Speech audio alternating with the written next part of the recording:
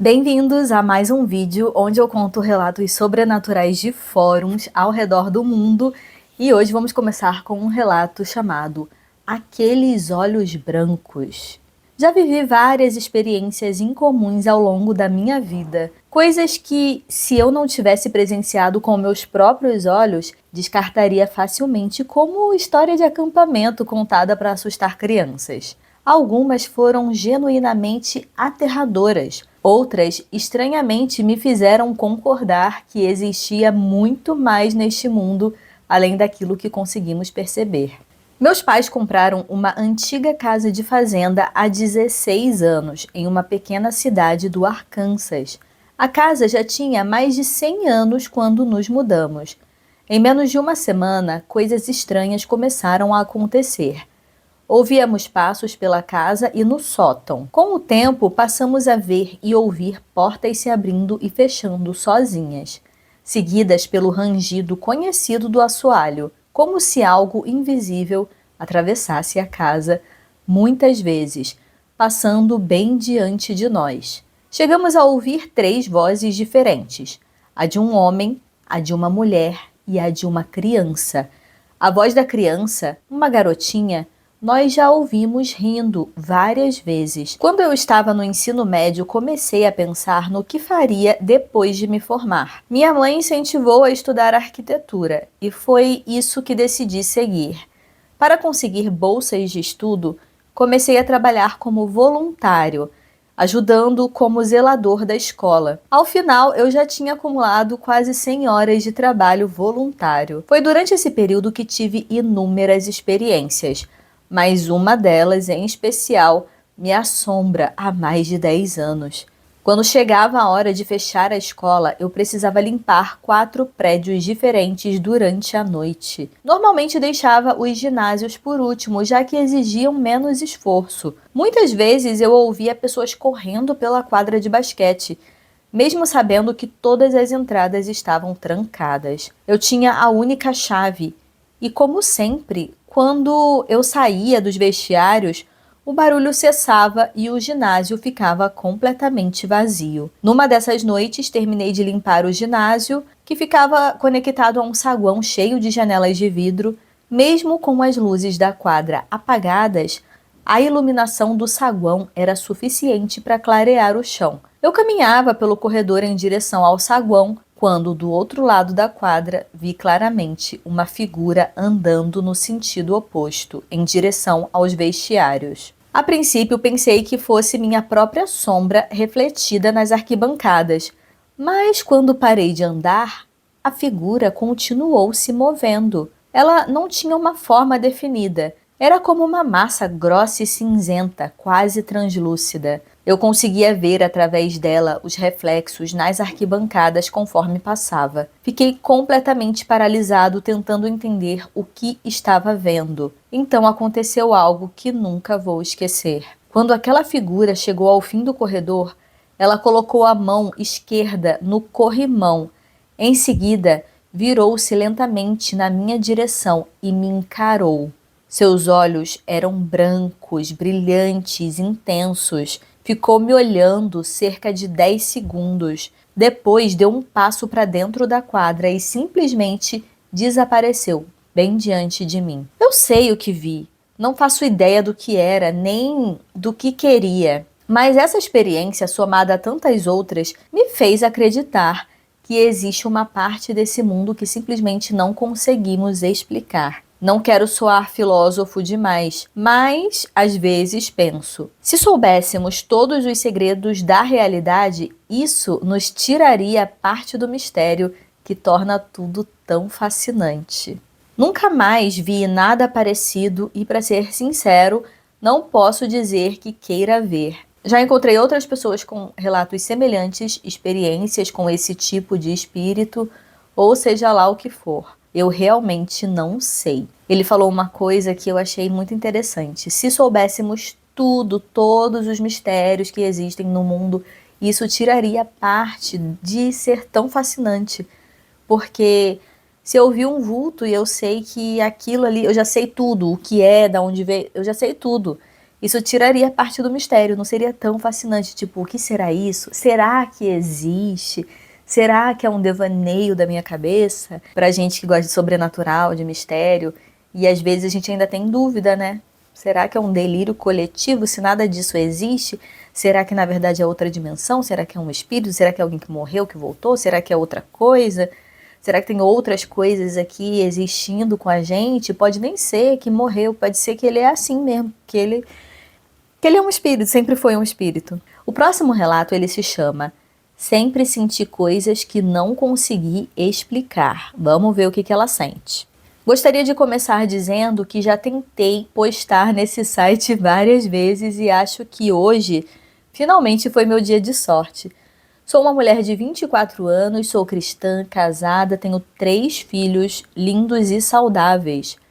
Passo meus dias cozinhando, limpando e tentando manter a sanidade enquanto faço o melhor para ser uma boa esposa e mãe.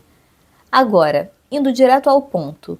Quando criança, eu era muito sensível e quieta. Diferente, para dizer o mínimo. Sempre tive a capacidade de sentir coisas. Eu sabia quando algo ruim estava prestes a acontecer. E minha mãe e meus avós contam vários episódios em que eu conversava com o nada ou sonhava com acontecimentos antes que eles realmente ocorressem. A primeira lembrança clara que eu tenho de ter visto algo fora do comum aconteceu na casa da minha bisavó.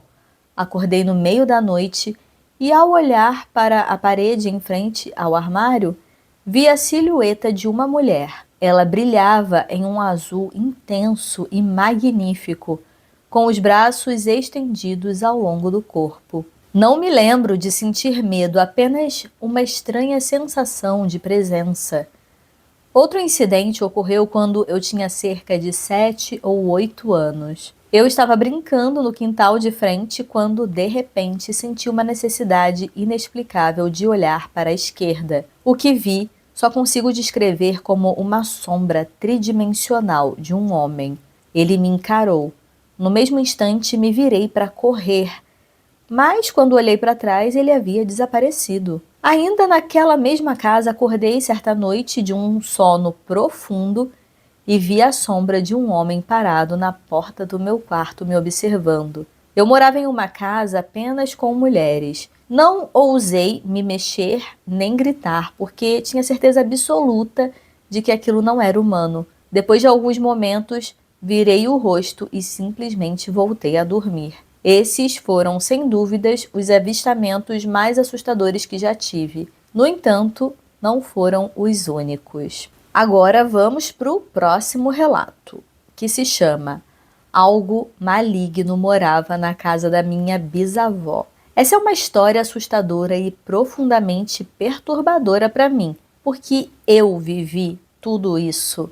O que vou relatar aqui é a minha experiência pessoal com algo que só consigo descrever como um espírito maligno ou um demônio na casa da minha bisavó, que tinha 95 anos na época. Antes de entrar nos acontecimentos em si, preciso dar um pouco de contexto sobre mim e minha família. Sou cristão, acredito em Deus e sempre acreditei que o dom espiritual que recebi dele é o discernimento dos espíritos.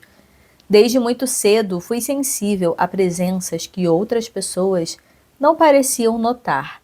Sempre tive intuições estranhas e inexplicáveis que, até hoje, nunca se provaram erradas. Consigo sentir entidades e distinguir se algo é bom ou ruim. Carreguei medo do desconhecido por muitos anos por causa de experiências anteriores que fariam qualquer um perder o sono. Então, esse tipo de coisa nunca foi totalmente novidade para mim. Ainda assim, não importa o quanto você ache que está acostumado a isso, um espírito maligno, quando está perto, provoca um medo que atravessa o corpo inteiro. A única forma que encontrei para suportar esse tipo de coisa foi me apoiar em Deus, acreditando que Ele é o meu protetor e libertador, especialmente quando se trata do que acontecia na casa da minha bisavó.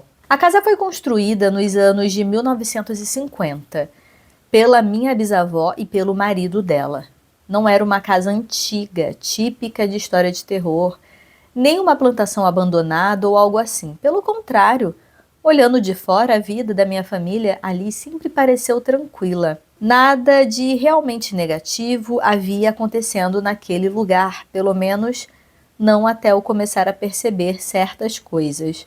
Eu sabia que meu bisavô teve vários casos extraconjugais ao longo dos anos, e entre os anos 50 e 80, meus avós costumavam dar grandes festas na casa com bebidas alcoólicas e sabe-se lá mais o quê. Também sabia que o pai da minha bisavó era um ateu declarado, do tipo que zombava de Deus abertamente, deixando todos desconfortáveis. Ele era artista, assim como muitos membros dessa parte da família.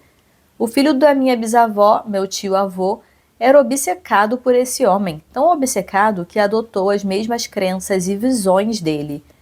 Mais tarde, isso se mostraria importante. Durante a faculdade, eu passava os fins de semana com a minha bisavó, porque ela já não podia mais ficar sozinha. Eu chegava na sexta à noite e ficava até a manhã de segunda-feira. 3 noites naquela casa, todo fim de semana.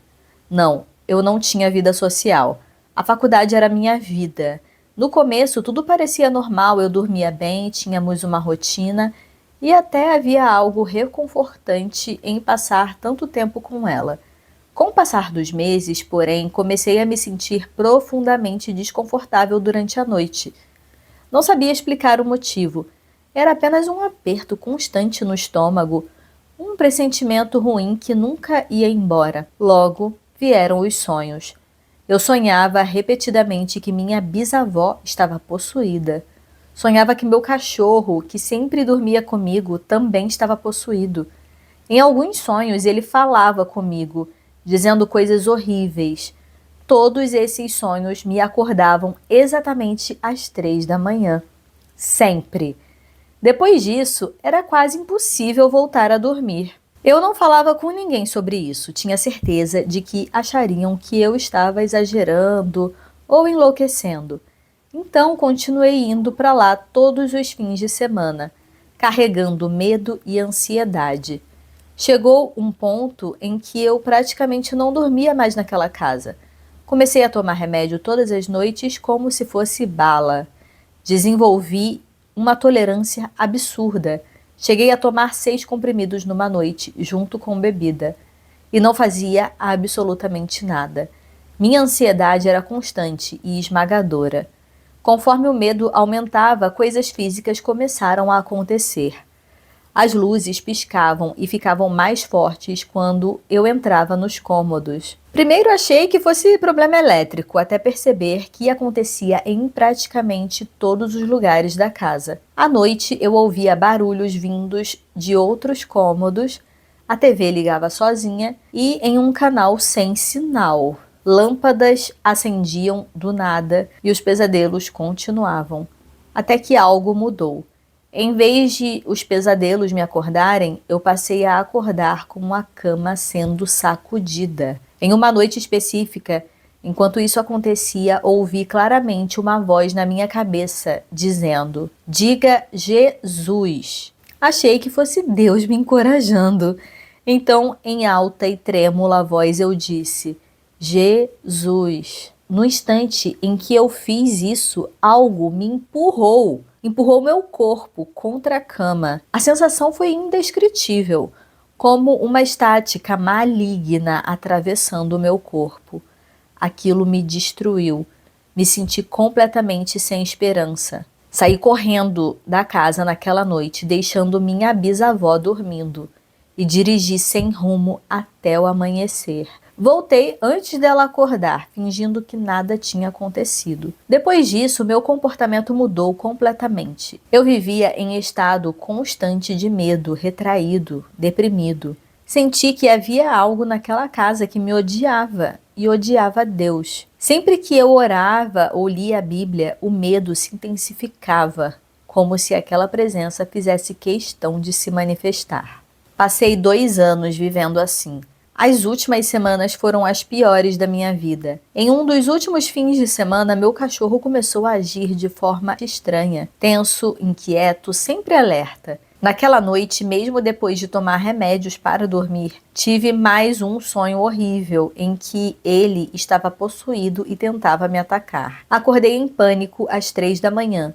Meu cachorro estava acordado, colado em mim, tremendo de um jeito que eu nunca tinha visto. A cama estava encharcada. Ele tinha feito xixi ali, algo que nunca tinha acontecido em 8 anos. Enquanto eu trocava a roupa suja em outro cômodo, ouvi um som vindo do corredor. Era um assobio. Não qualquer assobio. Era exatamente o tipo de som que alguém faz para chamar um cachorro. Naquele momento, tive certeza absoluta de que aquilo estava tentando chamar o meu cachorro para voltar para o quarto.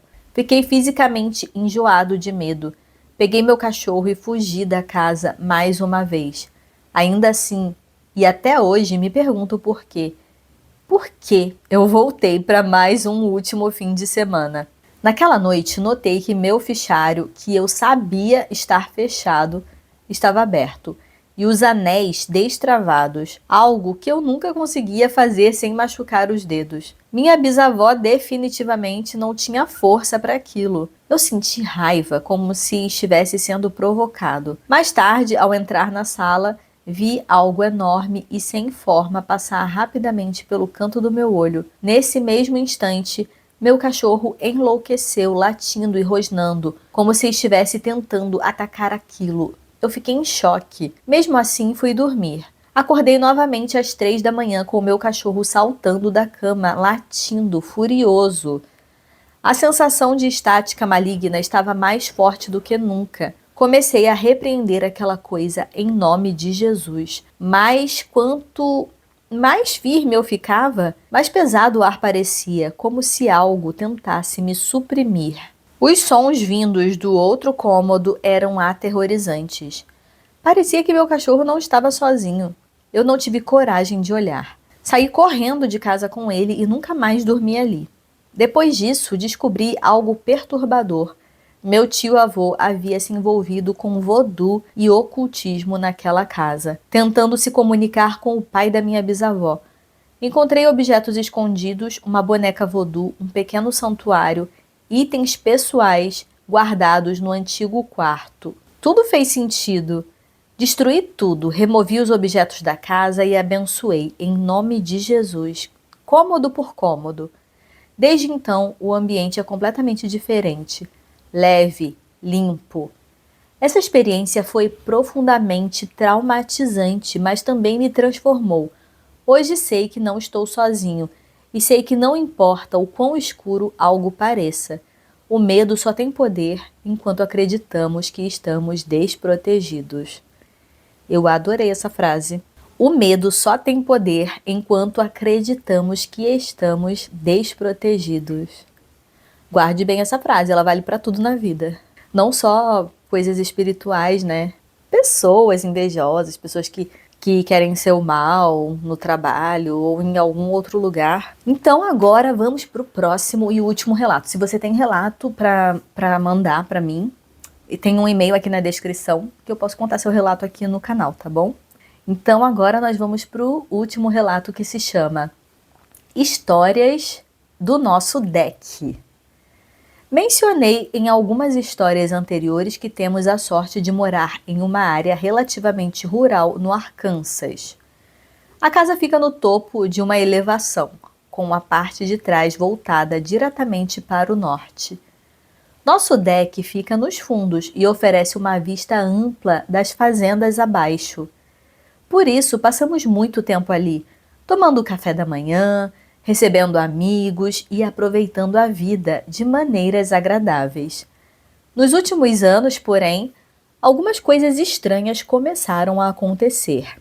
Coisas que, sinceramente, já não consigo explicar, só como coincidência. Vou começar com objetos sendo jogados do deck. Era um sábado comum, tarefas primeiro, diversão depois. Estávamos no meio do verão. Então o deck estava cheio de plantas em vasos decorativos. Eu estava envolvida em vários projetos e precisei passar pelo deck para buscar algumas ferramentas na lateral da casa.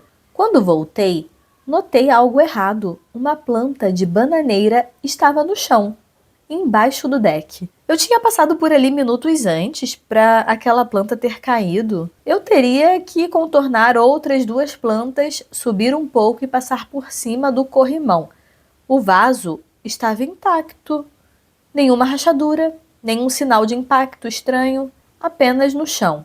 A segunda situação aconteceu no sábado passado. Com a chegada da primavera, resolvemos fazer uma limpa geral no quintal. Foram 6 horas seguidas de trabalho pesado, podando, queimando galhos.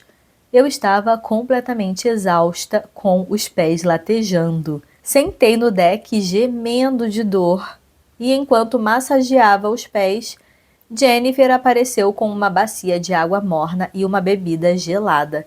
Coloquei os pés na água e relaxei até ela esfriar. Depois joguei a água fora e coloquei a bacia apoiada no corrimão para escorrer. Entramos em casa, tomamos banho e nos preparamos para receber alguns amigos para um churrasco. Já limpas, Jennifer e eu ficamos encostadas no corrimão do deck, admirando o quintal e o resultado do nosso esforço. Estávamos a poucos metros da bacia. De repente, nossa atenção foi puxada para ela. A bacia começou a se mover lentamente. Não escorregou de uma vez. Ela deslizou cerca de 30 centímetros e então caiu do corrimão.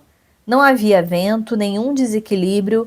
Havia mais corrimão do que bacia. Ela estava apoiada. Como ela poderia ter caído?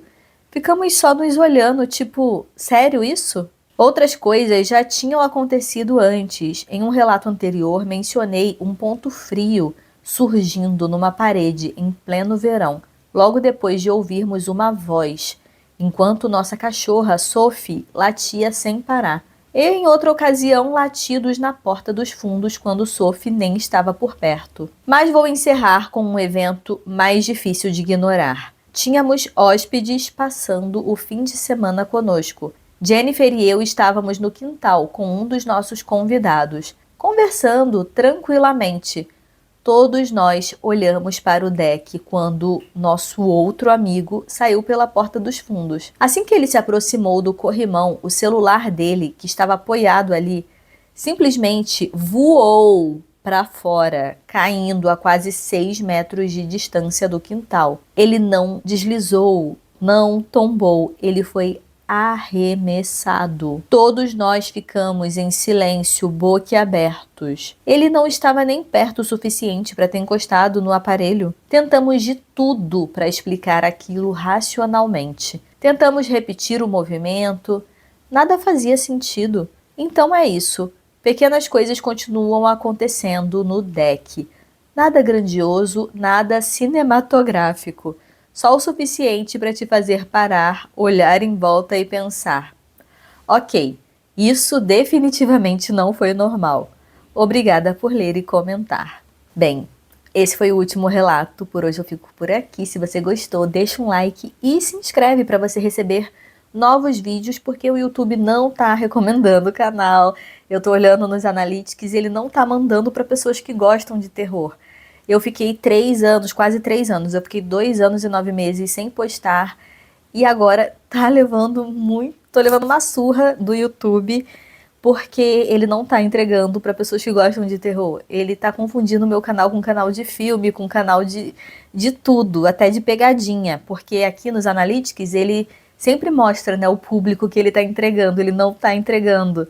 E assim, como eu fiquei 2 anos e 9 meses sem postar, ele manda para os meus inscritos primeiro. Se eles não assistem, ele não recomenda. E 2 anos e 9 meses é muito tempo. Às vezes a pessoa nem gosta mais desse tipo de assunto. Então eu estava até pensando em criar outro canal, abandonar esse aqui de vez. Então assim, se você gosta desse tipo de assunto, se inscreve, indica o canal para alguém, comenta para poder ajudar o YouTube a ver que as pessoas gostam do conteúdo. Me dá um tipo de ajuda aí, porque senão eu vou realmente, infelizmente, ter que abandonar esse canal e criar um outro para tentar tudo de novo do zero. Não queria fazer isso. Mas então é isso, por hoje eu fico por aqui. Se você gostou, já sabe o que tem que fazer. Então eu te encontro no próximo vídeo. Até lá!